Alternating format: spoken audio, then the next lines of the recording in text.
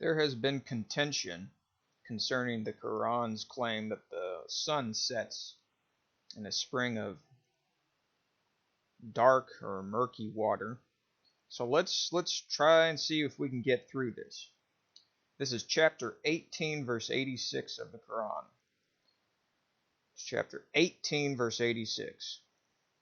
Until he reached the far west, he found the sun setting in a dark water.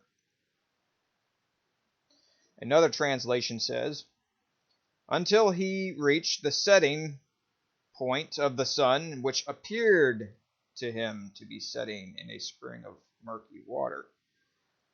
This is interesting because that word appeared is not actually in the Arabic. So from the Arabic, translating, until when he reached setting place, the sun, he found it setting in a spring, dark mud. Is it clear? The Quran is supposed to be clear.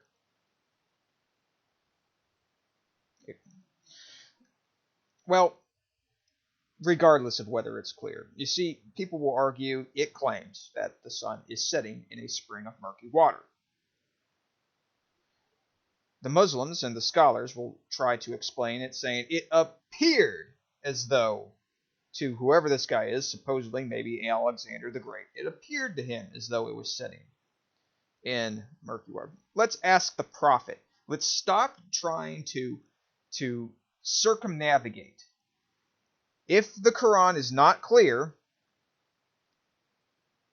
is it clear? It's supposed to be. Who is better to explain this than Muhammad, the prophet of Islam? What did the prophet say? Well, we can go to the Hadith. And I will provide the reference in the description. Narrated Abu Dar. I was sitting behind the messenger of Allah who was riding a donkey while the sun was setting. He asked, do you know where this sets? I replied, Allah and his apostle know best.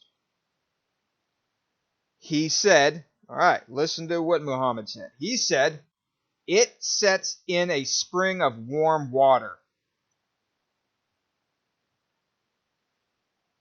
The Quran, according to the prophet, in an agreement with the prophet, let's put it that way, in an agreement with the prophet of Islam, the sun sets in a spring of hot water.